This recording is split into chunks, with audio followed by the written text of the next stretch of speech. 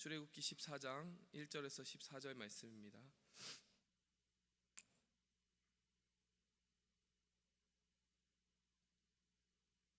여호와께서 모세에게 말씀하여 이르시되 이스라엘 자손에게 명령하여 돌이켜 바다와 믹돌 사이에 비하이롯 앞 곧 바알스본 맞은편 바닷가에 장막을 치게 하라. 바로가 이스라엘 자손에 대하여 말하기를 그들이 그 땅에서 멀리 떠나 광야에 갇힌 바 되었다 하리라. 내가 바로의 마음을 완악하게 한즉 바로가 그들의 뒤를 따르리니 내가 그와 그의 온 군대로 말미암아 영광을 얻어 애굽 사람들이 나를 여호와인 줄 알게 하리라 하시매 무리가 그대로 행하니라. 그 백성이 도망한 사실이 애굽 왕에게 알려지매 바로와 그의 신하들이 그 백성에 대하여 마음이 변하여 이르되 우리가 어찌 이같이 하여 이스라엘을 우리를 섬김에서 놓아 보내었는가 하고 바로가 곧 그의 병거를 갖추고 그의 백성을 데리고 갈새 선발된 병거 600대와 애굽의 모든 병거를 동원하니 지휘관들이 다 거느렸더라. 여호와께서 애굽 왕 바로의 마음을 완악하게 하셨으므로 그가 이스라엘 자손의 뒤를 따르니 이스라엘 자손이 담대히 나갔음이라. 애굽 사람들과 바로의 말들 병거들과 그 마병과 그 군대가 그들의 뒤를 따라 바알스본 맞은편 비하이롯 곁 해변 그들이 장막친 데에 위치니라. 바로가 가까이 올 때에 이스라엘 자손이 눈을 들어본즉 애굽 사람들이 자기들 뒤에 이른지라. 이스라엘 자손이 심히 두려워하여 여호와께 부르짖고 그들이 또 모세에게 이르되 애굽에 매장지가 없어서 당신이 우리를 이끌어내어 이 광야에서 죽게 하느냐? 어찌하여 당신이 우리를 애굽에서 이끌어내어 우리에게 이같이 하느냐? 우리가 애굽에서 당신에게 이른 말이 이것이 아니냐? 이르기를 우리를 내버려 두라. 우리가 애굽 사람을 섬길 것이라 하지 아니하더냐? 애굽 사람을 섬기는 것이 광야에서 죽는 것보다 낫겠노라. 모세가 백성에게 이르되 너희는 두려워 말고 가만히 서서 여호와께서 오늘 너희를 위하여 행하시는 구원을 보라. 너희가 오늘 본 애굽 사람을 영원히 다시 보지 아니하리라. 여호와께서 너희를 위하여 싸우시리니 너희는 가만히 있을지니라. 아멘.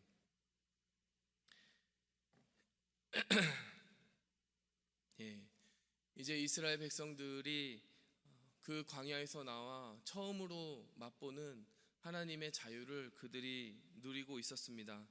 하나님께서 광야를 나온 그들에게 처음으로 기억하라고 하신 것, 마음에 새기고 가라 하신 것은 광야에서 살려면 이렇게 해야 되고 광야에서 부족한 것을 채우려면 이렇게 해야 된다는 서바이벌 인스트럭션이 아니었습니다. 하나님께서 우리가 어제 살펴본 본문 말씀 출애굽기 13장을 보았을 때 하나님은 그 광야를 이기는 법을 대해서 이렇게 말씀하셨어요. 유월절을 기억하라. 너희가 어떻게 해서 이집트에서 자유를 얻어 이 땅에 나오게 되는지를 기억하라. 여러분, 기억하는 것이 우리가 광야 같은 세상에서 하나님의 백성으로 생존하는 방법이라는 것입니다. 우리가 스스로 살지 아니하고 우리에게 생명을 주시는 예수 그리스도의 피로 말미암아 우리가 대속함을 받은 주의 백성이 됐다는 사실을, 그것을 잊지 않는다면 우리가 세상 가운데서 빛과 소금으로 살아남을 수 있습니다. 그러나 우리가 그것을 잊는 즉시 우리는 허무해지고 하나님의 백성으로서의 정체성을 잃을 뿐만이 아니라 필멸자로서의 인간의 그 어떤 일반의 운명을 따라갈 뿐이고 우리가 그 어떤 영광도 생명도 취하지 못하게 된다는 것입니다. 여러분, 바울은 이렇게 말합니다. 믿음의 선한 싸움을 싸우라, 영생을 취하라. 그렇습니다. 우리가 영생을 취해야 됩니다. 예수 그리스도 안에 약속되어 있는 영생을 취하는 것이 이 삶의 본질입니다. 그 삶이 그저 이 세상에서의 평안과 안락을 얻기 위한 것이라면 예수님을 기억하는 것이 도움이 되는 것이 아니라 멘토를 따라가고 사람들에게 줄을 서고 힘 있는 자의 편에 서는 것이 도움이 되겠지만, 여러분, 우리의 삶의 목표는 그 정도가 아니라는 것입니다. 믿음의 선한 싸움의 목적은 그 정도가 아니라는 것입니다. 영생을 취하는 것이라는 것입니다. 그것은 우리를 위하여 죽으신 예수 그리스도의 피를 기억하는 것 외에는 아무것도, 아무 방법도 존재하지 않음을 우리가 늘 기억하며 살아가는 것이라는 거죠. 마침내 그들이요, 어제 본문 말씀 13장 20절에서 숫곳을 떠나 광야 끝 에담에 장막을 치게 됩니다. 근데 그때부터 21절부터 22절까지, 13장 21절부터 22절까지 우리가 잘 알지만 구름 기둥과 불 기둥이 그들을 인도하게 됩니다. 여러분, 그들이 자유를 얻었습니다. 그런데요, 그 자유를 얻어서 나온 땅은 막막한 땅이었어요. 표지판도 없고 신호등도 없습니다. 어디로 가야 되는 이정표 자체가 존재하지 않는 탁 트인 들판이었습니다. 여러분, 그것은 자유이긴 했지만 막막한 자유였다는 것이죠. 여러분, 우리의 자유가 완전히 완성되기 위해서는요, 하나님의 인도하심이 있어야 됩니다. 내가 내 마음대로 모든 것을 결정할 수 있는 상태를 자유라고 성경은 절대 이야기하지 않습니다. 하나님의 인도하심이 있는 상태, 그래서 우리가 무엇을 결정하든지 전능하신 하나님 안에서 확신을 얻고 마음의 평안을 얻고 내 영혼의 토대를 확실하게 의지하며 나아갈 수 있는 그 상태를 우리는 자유라고 이야기합니다. 하나님께서 우리에게 이 13장 말미를 통하여 이야기하시는 것은 내가 너희에게 보여줄 자유는 나의 분명한 인도하심을 받으며 내가 너희에게 인도할 땅으로 지시할 그 땅으로 너의 나름대로의 계획과 생각을 가지고 나아가는 것이 아니라 나의 인도함을 받고 나아가는 것이 너의 자유가 되어야 된다. 하나님 분명히 이 말씀을 교훈하신 겁니다. 그리고 나서 오늘 본문 말씀 14장이 시작이 됩니다. 과연 그들은 하나님이 가르쳐 주신 그 자유의 본질을 제대로 깨달았을까? 사실 오늘 본문 말씀을 보면 그렇지 않다는 것이 드러납니다. 여러분, 이 14장의 사건은요, 하나님께서 두 가지를 드러내기 위해서 이 이스라엘 백성들에게 베푸신 사건입니다. 하나님이 무엇을 드러내려 하셨을까요? 오늘 4절 말씀에 보면요, 내가 그와 그의 온 군대로 말미암아 영광을 얻어, 하나님의 영광을 나타내려 하시는 거예요. 하나님을 나타내려 하시는 거예요. 하나님이 무엇을 하실 수 있나? 하나님이 그들을 위하여 어떤 구원을 베푸실 수 있나 보이시려는 것입니다. 그런데 나머지 두 번째 파트는요, 이렇습니다. 여러분, 우리의 믿음의 본질을 드러내려 하시는 것이 바로 오늘 이 시험의 본질이었어요. 여러분, 그 위기, 절체절명의 위기 상태에서요, 자유민이 된 그들은 자유민이 아니었다는 것이 드러납니다. 벌벌 떱니다. 왜 모세에게 원망합니다. 왜 네가 우리를 끌어내어서 이곳에 매장지가 없어서 이곳에서 죽게 하느냐. 그들이 사실 믿음이 없이 나왔다라는 거예요. 여러분, 앞서 말했듯이 진정한 자유는 우리의 믿음이 확고할 때 완성이 되는 것입니다. 여러분, 그 자리 가운데서도 모세의 믿음은 확고했어요. 믿음 있는 자가 드러납니다. 여러분, 위기의 순간은 어떤 순간입니까? 첫 번째, 하나님의 영광이 드러납니다. 두 번째, 믿음 없는 자가 드러납니다. 세 번째, 믿음 있는 자가 드러납니다. 하나님은 종종요, 우리의 삶 가운데 우리가 얼마나 하나님을 제대로 신앙하고 있는지를 드러내시기 위해서 위기를 주시기도 합니다. 그 위기를 주실 때 우리가 어느 편에 서서 하나님을 찬양하고 있고 어떤 고백으로 하나님께 영광 돌리고 있는지 잘 살펴야 됩니다. 사실 위기는 하나님이 위기 그대로 우리에게 멸망하라고 주신 것이 아니라 하나님의 하나님됨을 우리가 제대로 찬양할 수 있도록, 진심 어린 찬양을 올려드릴 수 있도록, 하나님을 제대로 고백할 수 있도록 주시는 기회라는 것입니다.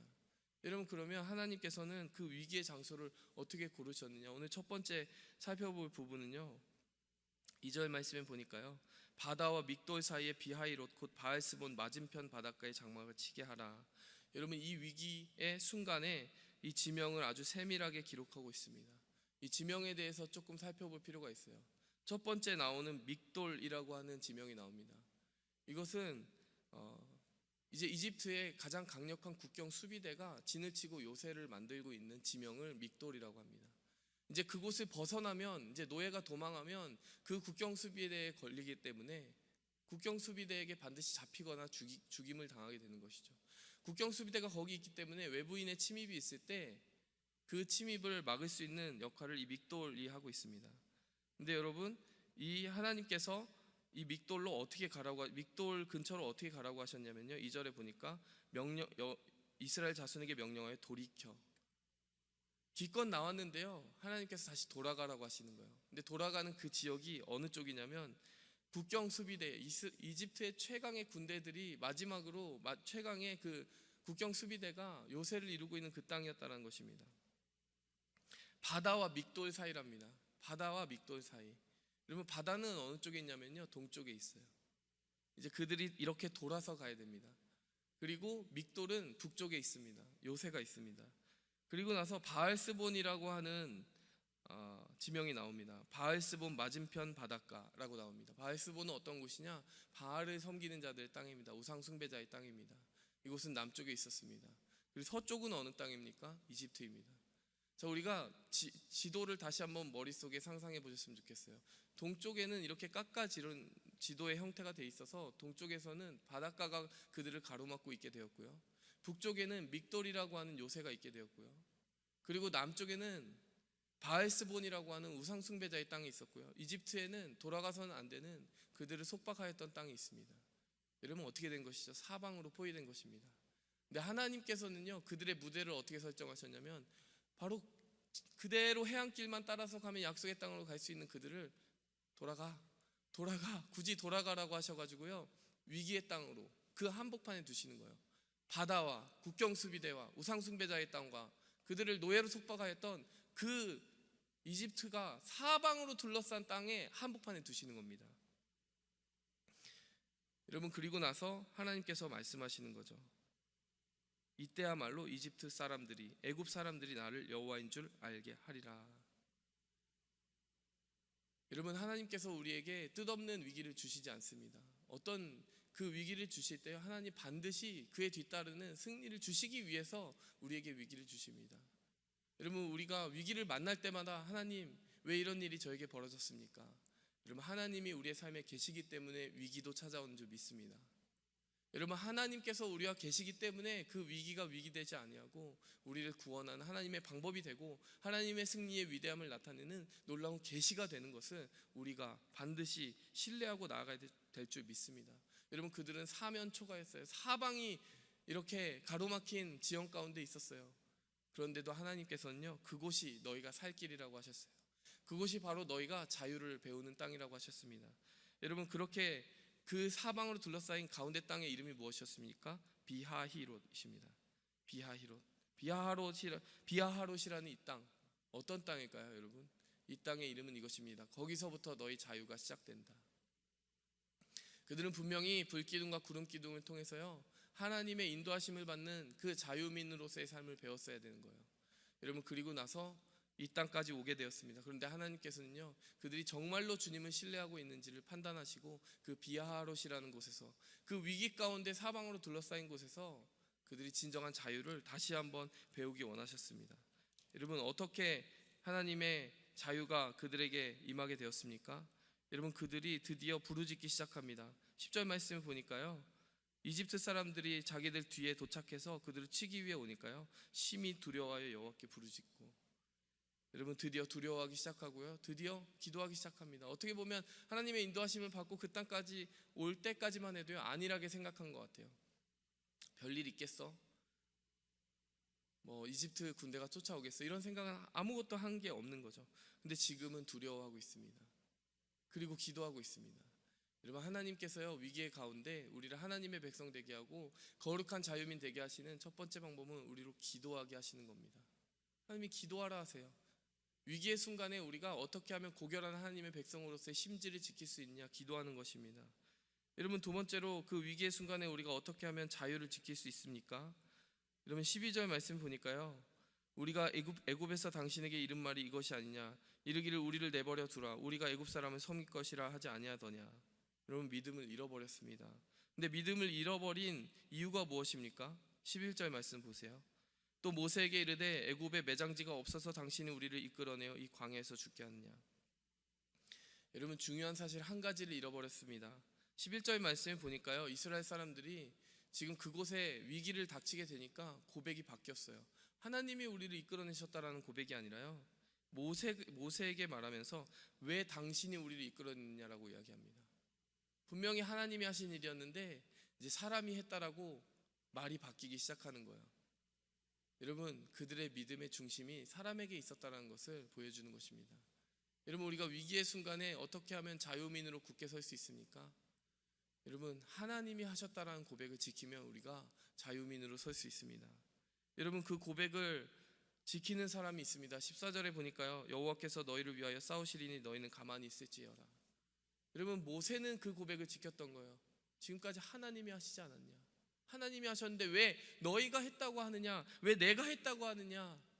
여러분, 그 고백의 한 끗 차이가 우리의 믿음 있고 없고를 결정하게 되는 것이죠. 여러분, 그리고 나서 12절에 가만히 생각해 보세요. 광야에서 죽는 것보다 낫겠다. 여러분, 여기에 이 말씀에 문제가 되는 부분이 무엇입니까?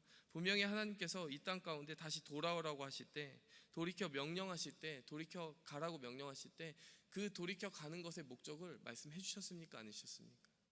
해주셨어요. 4절 말씀을 보니까 바로의 마음을 완악하게 하여서 다시 뒤를 따르게 하고 그로 말미암아 온 군대로 말미암아 영광을 얻게 하기 위해서 너희를 그 땅 가운데 보내는 것이다 말씀하셨습니다. 여러분, 이들이 믿음을 잃어버린 이유는 말씀을 기억하지 않았기 때문이에요. 거꾸로 말하면요, 위기의 순간에 우리가 하나님의 주신 자유를 제대로 지키고 살아갈 수 있으려면요, 말씀을 기억할 수 있어야 됩니다. 말씀을 새기지 않은 사람은요, 위기의 때가 오면요, 하나님이고 뭐고 없는 거예요.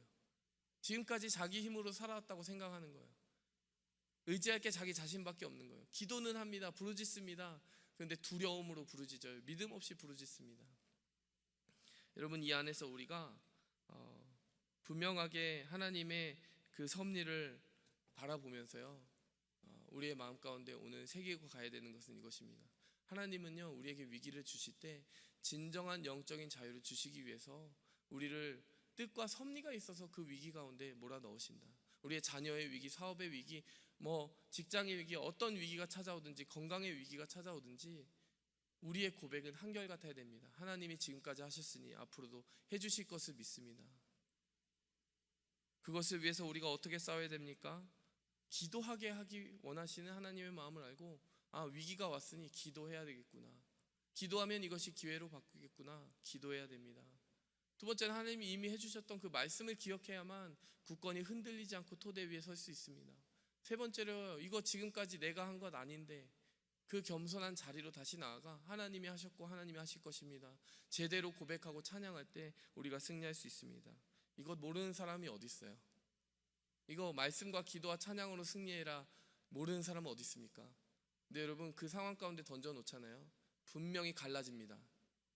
어떤 사람은 믿음이 팍싹 식어버려요. 어떤 사람은 믿음이 불같이 다시 타오릅니다. 여러분, 거기서 하나님은 알곡과 쭉정이를 걸러내시는 겁니다. 여러분, 하나님은 우리에게 오늘 주시고자 하는 믿음은 바로 알곡의 믿음 아니겠습니까? 하나님께서 그 축복을 우리에게 주시고 우리가 영원한 승리를 날마다 하나님과 경험하면서 오늘도 그 승리를 취할 수 있게 해주시기를 예수 그리스도의 이름으로 간절히 기도합니다.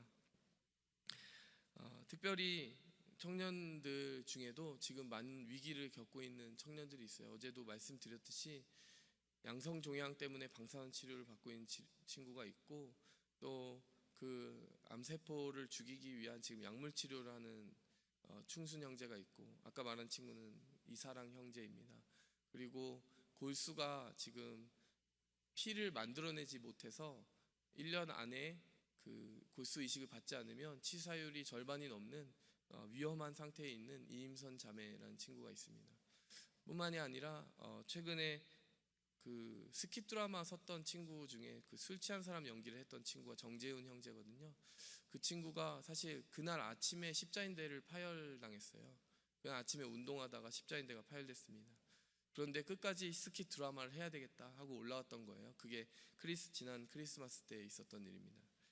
이상하게도 많은 공격이 찾아온다라고 청년들은 지금 느끼고 있어요. 마침 수련의 주제가 영적 전쟁입니다. 그러면 이번 토요일, 주일, 월요일까지 청년들이 수련회를 가지게 되는데요. 그 십자인대 파열된 친구도 오고요, 또 양성종양으로 방사선 치료받는 친구도 오고요, 또 약물 치료를 받는 친구도 와요. 놀라운 것은 수련회 가기 전날 치료를 받는다는 것입니다. 방사선 치료 때문에 자기가 부작용이 있을 것 같은데 그래도 어떻게든 갈 수 있게 해달라고 기도해달라는 거예요. 여러분, 이것이 정말 믿음의 자녀의 모습이 아닌가 생각이 들고, 또 그 위기의 땅 비하롯이라는 그 땅 가운데 하나님이 두셨을 때 그들이 거기서 무너지는 것이 아니라 하나님의 승리를 경험하게 해주시기를 기도해 주시기 바랍니다. 그리고 우리가 제일장로교회를 두고 생각했을 때도 다양한 위기가 있었을 것입니다. 그리고 앞으로 하나님이 쓰시고자 한다면, 하나님의 영광을 드러내시고자 한다면 어떤 방식으로든 사단의 간계와 맞서 싸우게 하기 위해서 부딪혀야 하는 그 땅 가운데 두실 때가 있을 겁니다. 그때 우리의 믿음이 결판나게 되는데, 우리의 믿음이 정말 하나님을 고백하는 믿음으로 기울 수 있도록 우리가 늘 기도했으면 좋겠습니다. 함께 기도하며 나아가겠습니다. 하나님 아버지, 감사합니다. 주님께서 우리에게 주신 강력한 믿음의 무기, 기도의 자리에서 부르짖으라, 내가 너희에게 주는 그 말씀을 붙잡으라, 그리고 누가 했는지 기억하라. 하나님이 세 가지를 기억하면서 나아가게 도와주시옵소서. 마음으로는 너무나 익숙하게 알고 있는 것들인데 실제 삶 속에서는 우리의 모습이 너무 다르게 드러날 때가 있습니다. 하나님, 우리가 불평하는 이스라엘 자손들이 아니라 분명한 고백을 가지고 그 자리에 굳건히 서는 모세가 되게 하여 주시옵소서. 가만히 서서 주님이 하시는 일을 볼 수 있는 하나님 긴 호흡의 사람이 되게 하여 주시옵소서. 이 모든 말씀 예수님의 이름으로 기도하였습니다. 하늘에 계신 우리 아버지여, 이름이 거룩히 여김을 받으시오며 나라의 임하옵시며 뜻이 하늘에서 이룬 것 같이 땅에서도 이루어지이다.